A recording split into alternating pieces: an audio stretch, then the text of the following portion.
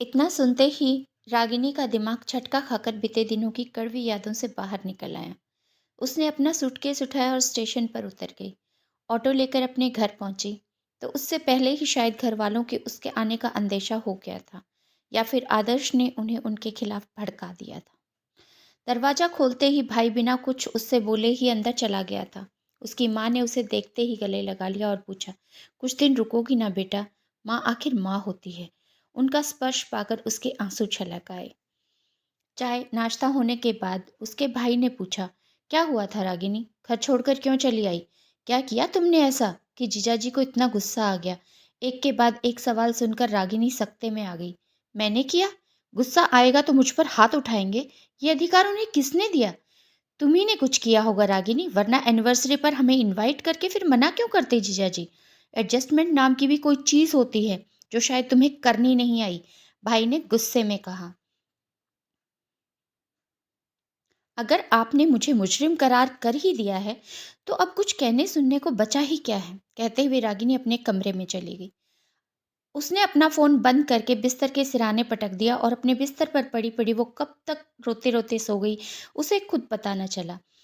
उसकी आंख तब खुली जब माँ ने दरवाजा खटखटाकर उसे खाने के लिए बुलाया। उसकी आंखें लाल हो गई थी, सूज गई थी। वो खाने की टेबल पर बैठकर खाना खाने ही लगे थे कि पापा ने पूछा, तुमने आदर्श से बात की? नहीं, रागिनी ने संक्षिप्त सा उत्तर दिया। एक बार बात कर लेती बेटा तो ठीक रहता। अब बात करने को कुछ नहीं बचा है पापा, रागिनी ने रुआंसी होकर कहा। कैसी बेवकूफ़ों जैसी बातें कर रही हो तुम? जानती भी हो क्या करके आई हो? वो तो अच्छा हुआ जीजाजी इतना होने के बाद भी तुमसे बात करना चाहते हैं, तुम्हें वापस ले जाना चाहते हैं। छोटे मोटे झगड़े किस घर में नहीं होते? कल को तुम्हारी भाभी यही तमाशा करने लगी तो क्या कहकर रोकेंगे उसे? शादी हो गई है अब आपकी, अब आपको उसी घर में रहना है। एडजस्ट करना सीखिए, कल सुबह वो लेने आ रहे हैं आपको। तब तक आप खुद को मेंटली तैयार कर लीजिए। मेहमान की तरह आओगी तो आपका स्वागत है, वरना इस घर में मत आना। कहते हुए उसके भाई ने प्लेट खिसका दी। आज आपको मेरी बातों से ज़्यादा उनकी बातों पर भरोसा होने लगा है भाई। जिसे बचपन से जानते हो उसे छोड़कर आज वो इम्पोर्टेंट हो गया है जो आपकी ज़िंदगी में साल भर पहले आया है, जिसके साथ आपने 4 दिन पूरे नहीं गुजारे। कल आपकी अदालत लगेगी और उसमें सुनवाई होगी मेरे भविष्य की। कहते हुए रागिनी बिफर पड़ी। ऐसी औरत जो अपने पति का घर छोड़ देती है उसे इस समाज में सम्मान नहीं मिलता। क्या कहेंगे लोग तुम्हारे और हमारे बारे में, सोचा है कभी? रागिनी के पिता ने अपनी चुप्पी तोड़ी।